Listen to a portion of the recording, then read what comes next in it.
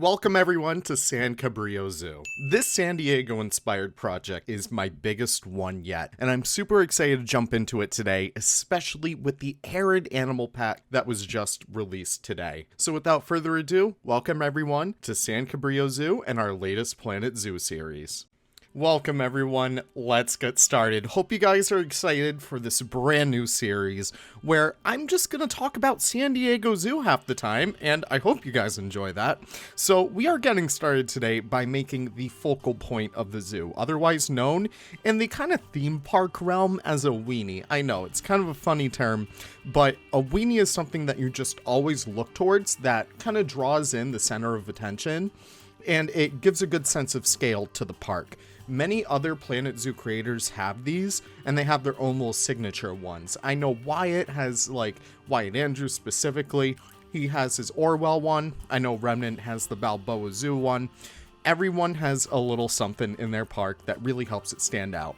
And for me personally, I really want to have something that reminds us of the San Diego Zoo, of Balboa Park, and that is what I am building on over here. So I'm essentially using I forgot what it's the Museum of Man Tower, and I believe it's a California tower is what it is. You guys can kind of see it on the screen right now. That should be kind of what I'm using as a reference. So that's kind of what I'm working with over here. It's a really, really beautiful tower, and I'm kind of doing my own little spin on it. Of course, I'm not really going to rip it off one-to-one. I'm saving that for some other stuff. But you can see as we kind of continue on over here, I'm working in all these small details, specifically in the tiles that I really don't mess with before, but I'm super excited to now. My only real gripe with the tiles in Planet Zoo, these are from the North Africa pack or something, but they unfortunately have this kind of level of detail that trips off towards a certain point where you aren't able to see all those cool details from far away. It just turns white. So it's a little bit of a shame when you're starting to really try and hone in on a certain level of detail that you can't really see from down below. However, I try and make up for that in interesting artistic quirks that this building will have.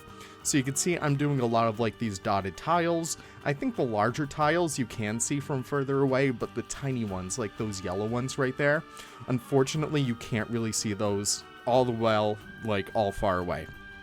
But essentially I am working on a mud pillar technique. Now for everyone who's new here, the mud pillar technique is one that you'll see me using all throughout this entire video, even more now than usual. I really want everything to be nice and precise in this zoo. So using the mud pillars is an excellent way to kind of create this lovely kind of circle effect.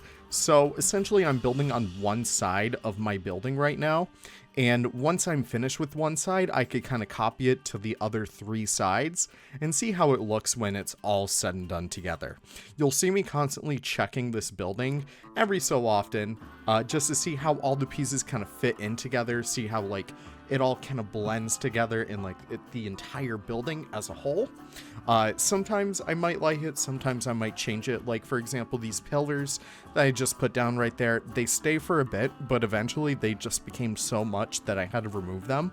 And that's something important that I found when building this tower too, is that when you're kind of building something this big, you never want to have one section quote unquote done.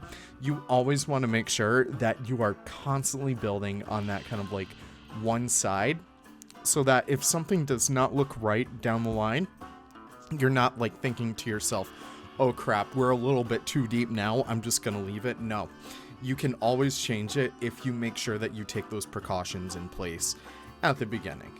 Now, what I'm working on over here is something a little bit interesting. I really wanted to have this interesting dome kind of look, but unfortunately you'll see me start to zoom out and stuff, and it doesn't really stay. Unfortunately, the level of detail on those will just have those beautiful details kind of drift away, and it's something that I really wanted to keep in there. So instead I kind of opt for a little bit of a different style for the top. I forget what I actually make it be in the end, but just know that eventually I'll kind of work it in there somehow or another, I don't know. But kind of working our way down here, just working kind of from the top down, essentially. I'm starting to work on some of these lower sections of the clock tower itself. And you'll see I start to work in a lot more heavier details and a lot more heavier kind of like angles and stuff, just to create that nice thick look on the bottom. Because obviously when you make like a tower like this, you want like the thicker parts at the bottom, and you have it taper off towards the top, because that's just how it's going to support itself. Can't really support itself if it's like, you know, kind of like wider on the top. I'm sure it can. I'm sure there's some architects out there that probably know better than I do, but it's just something that for my tower, for my purposes, I don't really want to mess with anything like that. I want it to look pretty traditional. Now, talking a little bit about Balboa Park itself, it was originally for the American Panama, let me actually check this out. It was for a World's Fair, San Diego. This is very fun. If this is your first Leaf video, I apologize. I'm very kind of like on the fly like this. But it's the Panama, California Exposition. It was held in San Diego from 1915 to 1917. A lot of these larger zoos, you'll see some of these world fairs kind of built around them. These world fairs were an incredible thing back in the day. You would have like all these different countries or all these different organizations show up and create these lovely exhibitions. And sometimes those buildings were meant to stay. Sometimes they were made out of really good material so that you could honestly build a zoo out of it. For example, we could kind of see right here the Queen Zoo Aviary from, I think it was like the 1920s to 30s. That was held in Flushing Park, Corona, Queens, I believe. And the aviary is still there, as well as some other really awesome kind of monuments from that park. Really awesome stuff. If you're in the New York area, I suggest you guys check that out. But the San Diego, Panama, California exhibition has most of its buildings still standing, more or less. There's some that were remade.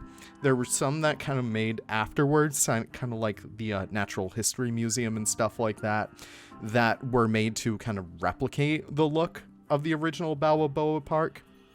But so many of the older things that were there originally are still there today. For example, the big clock tower that we're building right here, or at least our own interpretation of it. Cabrillo? The Cabrillo Bridge, which I'll actually throw a picture of right over here. You guys can see that this is what our little San Diego Zoo Park project is named after. And that one was named after, I forget his name, Juan Cabrillo, who was like one of the first people to like kind of land in the San Diego Bay. I'm sure that the Guetos, I forget the proper indigenous name to give them, but those people were the original peoples of the San Diego area. But Juan Cabrillo, was the original kind of like Spaniard to find his way to this area and really settle it for like a colony. Very interesting stuff. There's a whole bunch of history, whole bunch of like artifacts and stuff around San Diego for you guys to check out on that stuff if you're ever in the area. Of course, once we actually do get to the zoo portion of this building, I will just go ham with like all the fun facts I learned about it. But you can see we are working on kind of like finalizing the tower up here. You saw I tried to build a dome, but it just wasn't working. Those bricks were fading out way too kind of like close, I guess. They were fading out and I was just not having it. So essentially I was like, all right, we'll just do what they have over there currently. We'll just do kind of like this nice kind of like squarish top that people could probably pay to go up into. Whether this is going to be part of the zoo or something outside of the zoo, I am not entirely sure just yet. It's something I really want to work out as we kind of flesh out the lore of the zoo. We'll talk about like the certain sections that we'll get into in just a little bit, but it's going to be in the air whether or not we'll want that to be part of the park or not. You can see we are currently working in our little parking lot. I wanted to get those kind of like path lines set up first as a way for us to indicate like where everything's going to go and stuff. You can see I'm also working on these custom curbs. This is going to be a very, very custom park. I am going to go into heavy detail about every single little facet in here, from like the plumbing to the utilities to all that stuff. We even do a backstage holding for our rhinos today, which is going to be super fun to see. But over here, we're kind of doing like this tiny small stuff as we make our way into the zoo. Again, you guys can skip ahead to like, you know, the part where we actually do build for the rhinos if you're more into like habitat building than anything else. But I really wanted to show off how I actually built this all together because it was a really fun process to put together. I don't know. It was a fun challenge, especially given the fact that I actually spent a lot more time in the San Diego Zoo parking lot than I ever imagined I could. So I constantly would just look at tiny little details over there. I would look at the planters. I took so many pictures over there just for a little bit more inspiration, and I think it really did pay off. I mean, look at this. We're doing like these little crossing guard rails, like those little bumps on the ground. I believe those are for people who, you know, can't really see too well. Maybe they have a little cane, walking stick, as a way to indicate where like the pathway ends and the street begins, or vice versa. So we constantly throw that kind of stuff in here. We're doing custom planters all throughout here, and we do custom flooring through here as well. Just a really awesome way to help tie in an entire build together and have it really stick out from the rest of my builds that I do. Now, please keep in mind, this does not mean any other series are kind of like, you know, put on hold. I do want to address this. Castaway Keys will slowly but surely get fleshed out. I'm just a few habitats away from finishing it. I wanted it to be a small park anyway, so that's kind of what I wanted to do. Hope Harbor Zoo is constantly evolving. Again, ZSU is a very active community that constantly requires attention. That has its own set of problems that I will kind of like address in our next Hope Harbor Zoo video. Talking about like, you know, Zoo Sarasota, that one. Again, that one is very much if I work on it, I need to work on it 100%. So if I ever am feeling inspired to work on like the Florida section, I will definitely work a lot more on that. But I think the next one I want to do down there is probably like the primates, now that I think about it. I don't know, we'll have to see about that once we actually do get back into that file. But as we kind of try and get this park settled down, you can see I'm working on these custom planters. This would surround where the Rex statue would be. Now, Rex is a statue that was put into the San Diego Zoo around 2017, around that time, 2017, 2018. It's a relatively new addition. That lion is made out of pure bronze or brass. I honestly forget, but whatever it is, no one can move it. It is huge and it's awesome. Now, I want to give a huge shout out to Mr. Nicholas Lion Rider for actually providing us a blueprint for the Rex statue. We're going to name him Leon for our zoo's purposes. San Leon is Nick's version of his San Diego park, and it's definitely something that I want to dedicate to him, really, for helping out with this park, whether it's the logo, whether it's the Rex statue, or anything else in the future that I might ask of him. Big shout out to Nick for all that stuff, because he really is my rock when it comes to like all these smaller details I'm probably not capable of doing, but he definitely is. So go show him some love. Go send him, like, you know, just add him on the modding server and say thank you, Nick, when you guys get to this point in the video. I think that'd be kind of funny. So we got continued on this little bathroom section right here. I wanted to get some like usable facilities for our guests as we make our way throughout here. And there is a bathroom over there in like reference to the San Diego Zoo. It's kind of like off to the side, and I really fell in love with that building. I know it's kind of weird to say you fell in love with the bathroom, but it just looks so utilitarian, but so beautiful at the same time. I was kind of like, damn, of all things, why am I gonna make that one first? Like, it's crazy, right? So I kind of get started with the entrance itself. I start to reposition stuff around here. Now, I do want to apologize. There's like a million different topics that I'm hoping to cover as we make our way throughout this video. I want to address the speed of this video. Currently, we are at over 2,000% on the speed up time. Usually, I only do 600 to 700. So you can see I am probably selecting items at an incredibly fast rate. Please do not be alarmed. This is not how I build normally. There is about 14 hours of footage that was covered in here. There's probably at least another 2 hours of building that I did off camera that really wasn't captured in this speed build. So I apologize on that, but you're not really missing much. Just tiny, like, facetious little details that I don't really care to make all well known. But hey, what can you do? You're making like an entire entrance, an entire Rhino habitat, an entire Rhino backstage holding for one single episode. I feel like I should get a little bit of slack for that at least. In the real San Diego Zoo, you have these little kind of like patterns around the Rex statue. I try to make them. I have a theory on how to do it. I'm just gonna write it down right now. I think I should probably use like the otter and bronze statues to put around the lion statue. All right, cool. You guys actually get to hear that in advance. We'll see if it actually works. Tune into episode 3 to see if that works, because I've only recorded 2 episodes so far, but they're so good, guys. Oh my god. Working on the ticket booth over here.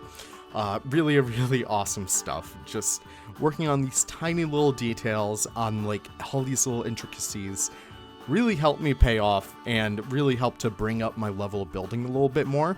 If you guys ever have any questions on becoming a better builder, please throw them in the comments down below. I'm more than happy to help answer you guys, and if I don't answer there, if I just do like my classic thing where I'm like just going through the comments and like liking, hearting everyone's comments, if I don't respond to you, just ping me in the modding server. That's honestly the best way to get a question answered from me, because I'll always check that stuff. There might be a new like invention over there. Now I do want to address another thing off the bat. We are not using any modded pieces in this zoo. If anything, I'll probably be converting some modded pieces to be base game pieces. If you guys saw my workshop over the past week, or Nick's workshop too, we've been slowly but surely kind of converting Safari Pack over to usable in-game base game pieces.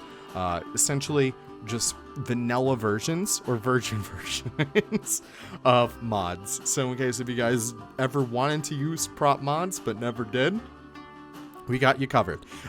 We can actually start to use some of those items as a way to really bridge the gap right there. I think it's pretty fun too. You can see I am working on this roof over here, the San Diego Zoo entrance. It's a lot of boring stuff kind of put together. It's not really anything too special because they know what they have on the inside is more than enough what's worth on the outside. It's gorgeous. So you can see I'm getting started on this lovely little slanted roof. I have those little sunshade beams right over the ticket booth, as well as kind of like this entrance over here. So you would kind of walk in and you would get your ticket kind of scanned. I have this little invention over here. I kind of throw like a green wall up there. I thought that was kind of fun.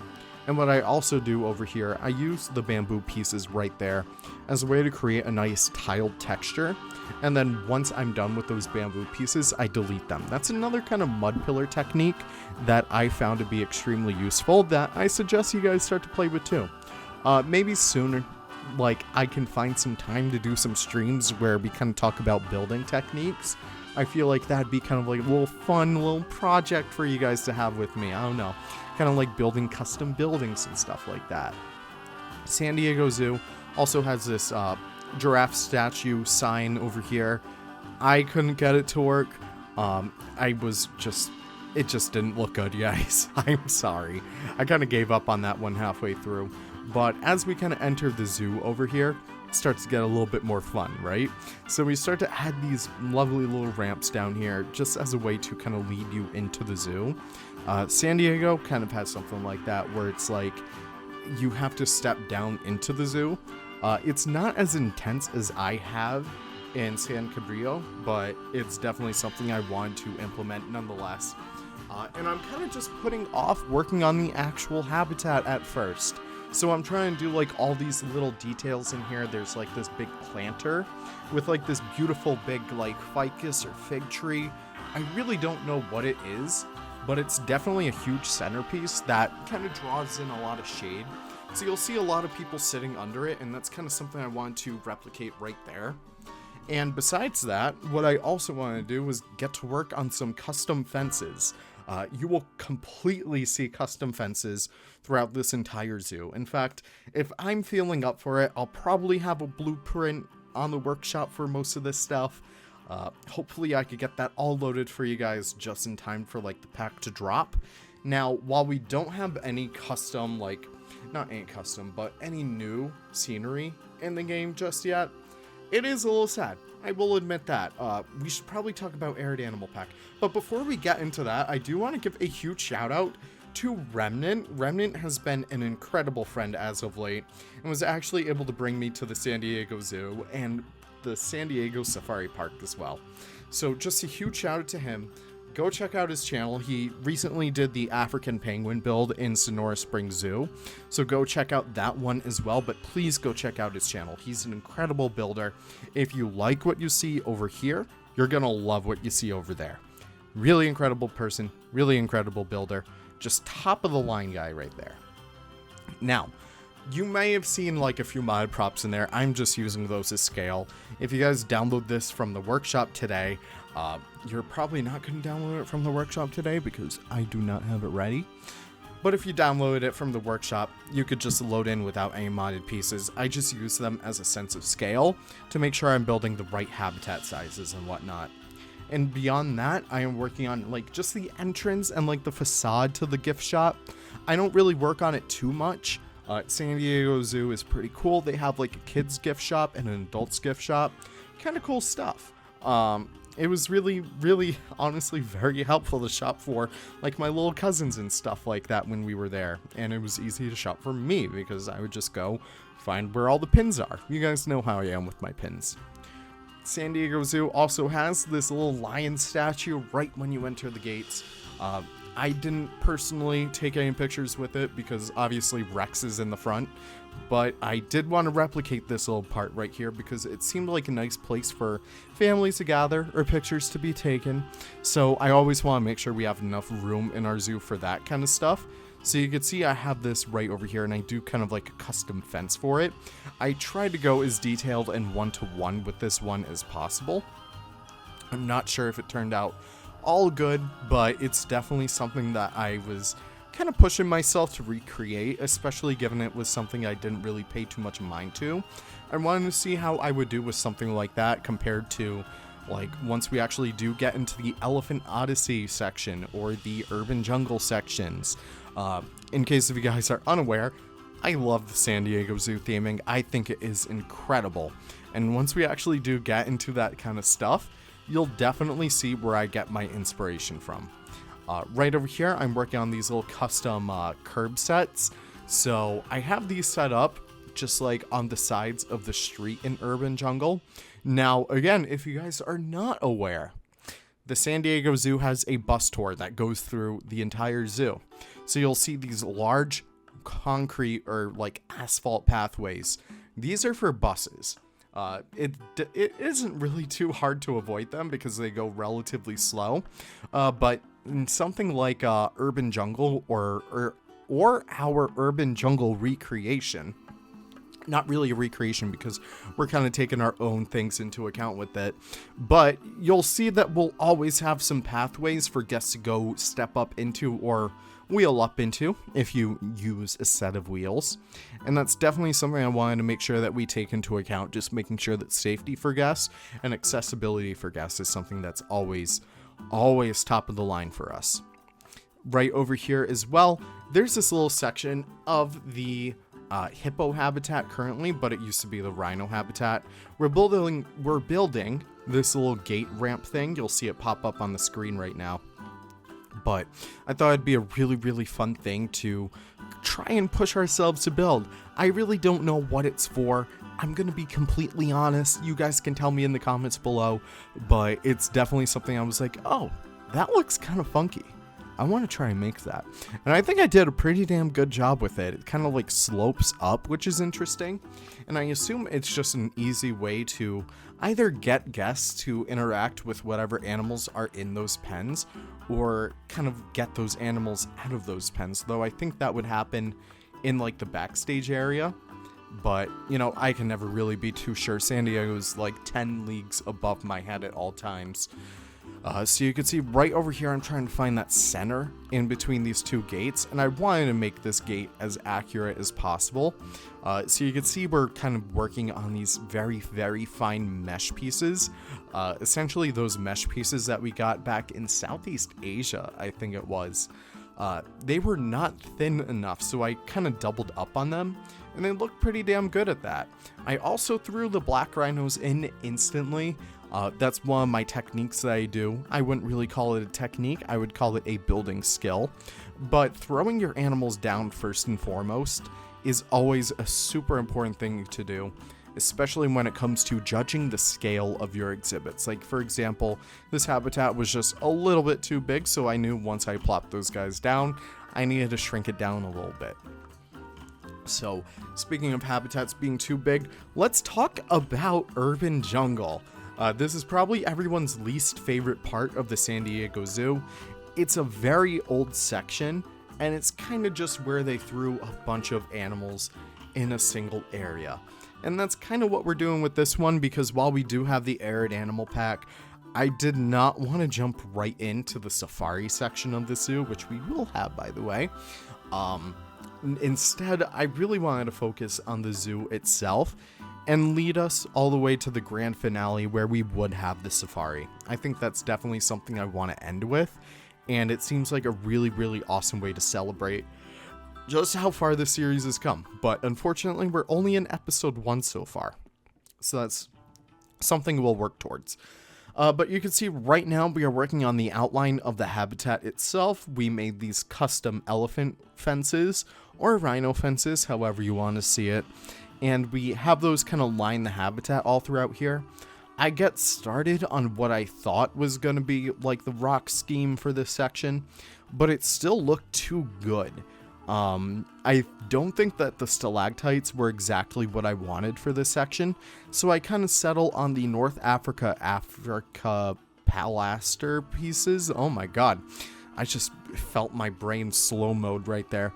The North Africa plaster pieces. So we actually settle on those, and we use the faux rocks from the aquatic pack. Just a really solid kind of match all together. And it has this beautiful gray, dilapidated texture that I think works extremely well for our purposes over here. So I'm getting started on some Backstage over here.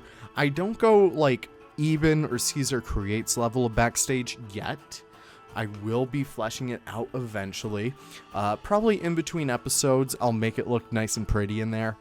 But for now, I wanted to make sure, does this work? Yes. Does it function? Yes. Does it function if an animal goes inside of it? Yes.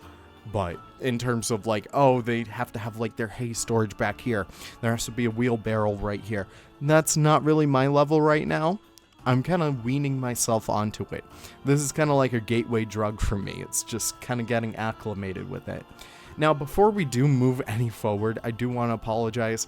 I bounce a lot between habitats. If you guys are new here, I apologize. My level of building is not as clean as anyone else would make it. I do have ADHD, so the minute that something does not have my attention, I gotta find something else to do. And if that's making these cute little planters over here, I definitely will do that, because that's where I feel like I'm spending the most of my time. Especially when you're making speed builds, and especially when you're under NDA and doing all these things in the amount of time that you have, which admittedly isn't a lot of time for these DLCs.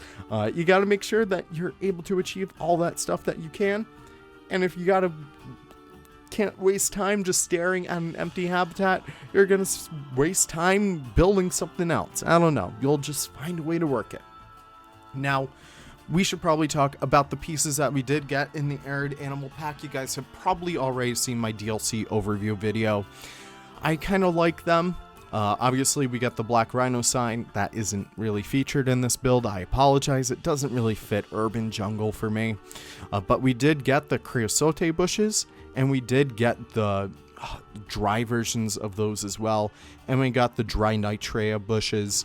Really awesome pieces for when you're working in a section like this, where it's just very dry. It feels very dry. It feels very old. You're going to get like bushes that have been eaten. You're going to get bushes that have died. And it honestly works super well. And those bright, dark green creosote bushes are super awesome for fleshing out a section like this, because San Diego has one of the most beautiful climates I've ever had the pleasure of visiting. It's this really beautiful montane environment with like the salt of the sea, with like the dryness of the desert. It's a very unique atmosphere where you can get so many different plants growing in so many different areas, and it just works. Like, it just works. We're going to have so much fun with foliage in this entire zoo. But you can see we're working a little bit more on the industrial side right over here. I even do kind of like this custom fence over here to help separate these yards. I believe there's only, there has to be. There's like different pens and yards. I have at least like 4 or 5 different sections that you could kind of section off for these rhinos. Black rhinos in particular are not really social ones. White rhinos are a lot more social. It's actually very interesting. White rhinos breed so much better in larger groups, just because they like to have that idea of the safe herd for their children once they do breed. Very interesting stuff right there. I learned that at the safari park. But as we kind of make our way throughout here, I wanted to make sure that this holding building would make sense. You'll see me waste my time with this little roofing technique. Ignore that. I do an entirely custom roof because I was like, listen, we made it this far. I'm doing all these details. The roof is going to be banging. But we do that a little bit later. Sorry, I'm just getting readjusted in my seat. But one of the things I want to do over here is just kind of dress up this side of the habitat. We don't do an entire 360 decoration for this. Towards the back, we're going to have like some aviaries and stuff for like, you know, kookaburras or showbirds. But right over here, we're working on a whole bunch of different things.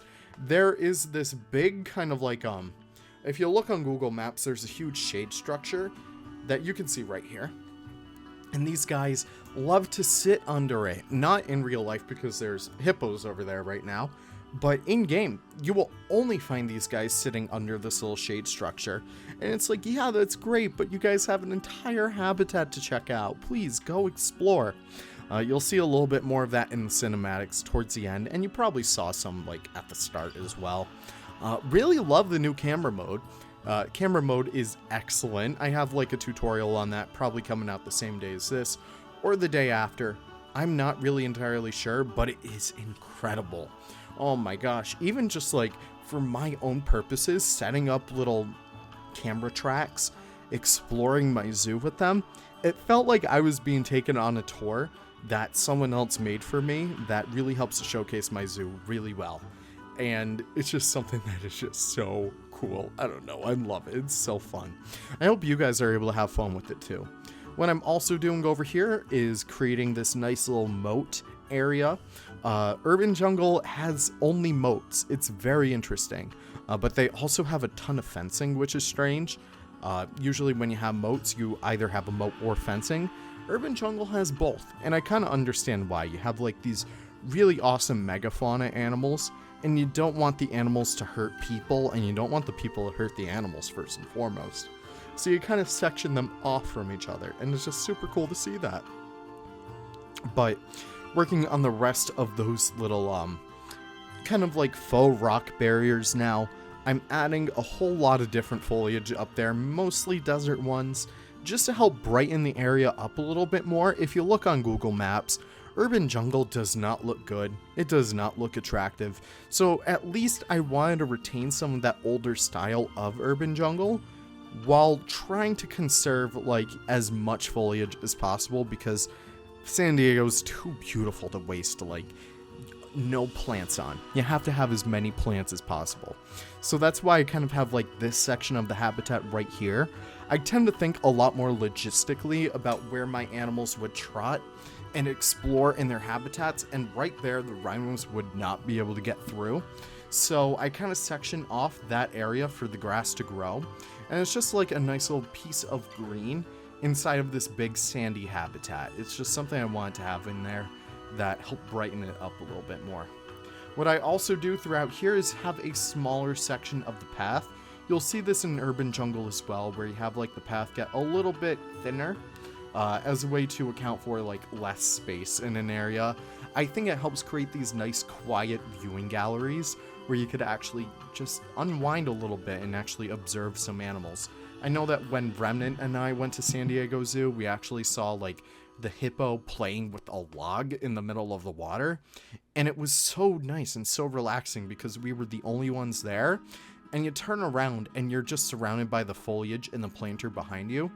And it just felt like, you know, this nice piece of serenity where you could just observe an animal without like the whole hubble bubble of like, you know, the rest of the San Diego Zoo and like the rest of the SoCal residents just kind of clamoring on right behind you. It's very interesting. But kind of continuing this habitat a little bit more, this is the official moment where I was like, I had my Bazinga moment. I was like, San Cabrillo, that's the name right there. So again, named after Juan Cabrillo. I thought that was just a very fun name to have in here, and it's just pretty nice. It's pretty bright, it has a nice ring to it too, and it's like I really want to have like a short name. Originally it was going to be San Coronado Zoo, not San Bernardino. That's ZHS Plays right there. But no, it was going to be San Coronado Zoo. And while the name is cool, it just didn't make sense to me because I visited Coronado and it was an island. I've had it with my island zoos. I'm not gonna lie. I'm tired of building on islands. I just want a nice mainland zoo. So you could actually see me working on the actual holding building over here, doing the custom roof. But yeah, that's kind of like the origins of the name right there. But you can see I wanted these beautiful skylights that help let some light into the holding station itself. So you could see like the nice, I don't know how you describe that, kind of like the shadows from the skylights make their appearance right here. It looks super beautiful once all is said and done. And I'm building both for the intention of, you know, covering up the outside, but also the inside as well. I wanted to make sure that if you're looking up at the ceiling, you wouldn't be like, oh, this is just someone's unfinished Planet Zoo build. No, I wanted to take into account as much architectural detail as possible. And later down the line, once I do study up on kind of like Rhino holdings and stuff like that, I'll be able to flesh it out a little bit more. But for the sakes of this speed build, getting this out and getting content ready for the entire week, I just couldn't bother. I'm sorry, guys. I hope you guys like what I did nonetheless, though. I thought it turned out pretty damn good. But as I kind of work throughout here, you can see I get these bars all lined up for the rhinos. I do a little custom one for like getting the door proper in there, and I kind of flesh this out a little bit more, pushing a little bit room back there for keeper access and making sure that the rhinos are able to kind of like lay down, walk around inside of their indoor holding. Ideally they could go out every single day, but there's usually some days in San Diego where you probably don't want the rhinos to go out. Maybe you need to have them stay inside for vet purposes or something. I don't really know. But it's just taking into account that kind of stuff, wherein you gotta make sure that at least you're not confining them to a very tiny holding cell. It could be a tiny holding cell, but just make sure it's not very tiny. Again, I'll look up Rhino Care relatively soon, see if I need to reformat any of the things in there, just keep it up to date with the AZA and stuff like that. But working on the outside of the habitat now, just a few finishing pieces as I do kind of start to wrap up this video. Oh my gosh, I've been talking for like 40 minutes. But I know it's crazy. I just looked over and I'm like, oh wow, this is a very long episode. Again, 14 hours of footage just compressed to 40 minutes. I think that's pretty damn impressive. And I hope you guys are able to pick out like what I've been able to do. This is something I wanted to do right here. I felt like it would be just too boring if I didn't dress up that area. And I already didn't have any plans for what was going to go there anyway, so I was like, screw it. We'll just have some nice nature welcome you into the San Cabrillo Zoo. I gotta remember that name because I just want to say San Diego. Making our way into the habitat itself, I am using a plethora of dry plants. This section of the zoo is sandy. There is no plant in this real habitat, but obviously for Planet Zoo, it doesn't look good if you just have it be sand. So I was like, okay, I'm gonna swallow my pride and I'm just gonna do a little bit of light arid foliage work. And rock work too. I throw down a few pieces of faux rock throughout here to kind of create this nice pebbly kind of look inside of the habitat itself. And I think it pays off pretty well. The kind of like terrain in here is very varied as well. So I have like some hills and divots and stuff that really help create this beautiful environment. And it really helps pay off when you're actually watching your rhinos explore your habitat. It's so rewarding. So closer to the water, I do have a little bit more green foliage. And as you get away from the water, it tends to be a lot more dry. So that's one of the foliage things I wanted to keep in mind right there. And I do get started on the facade of the cafe as well. It just felt like a section that I felt like if we didn't do it in this video, we would never do it. So I wanted to make sure that I got this done first and foremost. So you could see I at least get the bones of this done first. And later down the line, I'll find a way to organically weave in kind of like, you know, where the actual restaurant facility is going to go. Yes, I will include it this time. And kind of figuring out where else all these other pieces are going to go in conjunction with that. But yeah, I'm doing a whole bunch of custom pieces up here. I do custom gutters. I feel like that is something I absolutely needed for a building like this. When I went to San Diego, I was right in the middle of the May grays and the June glooms. If you aren't aware, that is something that San Diego gets. It's not always sunshine. I wish I knew that before booking the trip, but I still had an incredible time nonetheless. But it did rain a considerable amount when I was over there, so we just gotta make sure that the rain has somewhere to go. Working on the pathway right over there as well, just making sure that everything feels nice, organic, and weaved in properly. And yeah, that is really it for the speed build. I do want to thank you guys for stopping by in the first place. Regardless, thank you guys so much for watching. Be sure to stay subscribed for further San Cabrillo content, and I can't wait to see you all in the next video. Take care and have the most wonderful of wonderful days. Goodbye now.